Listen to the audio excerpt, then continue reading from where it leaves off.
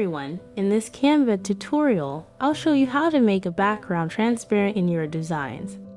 To start, ensure that your background is not an image and is set to white.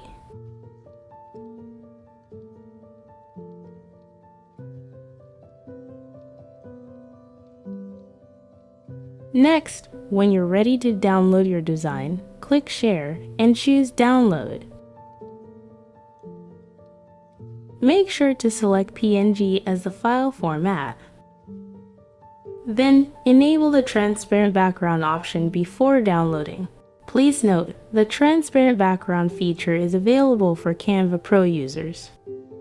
After hitting Download, your design will be saved with a transparent background. Sometimes, on Mac, transparent backgrounds may not be visible in the preview, but rest assured it's there. If you forget to check the transparent background option, your download will have a plain white background instead. I hope this tutorial was helpful for you. Thanks for watching.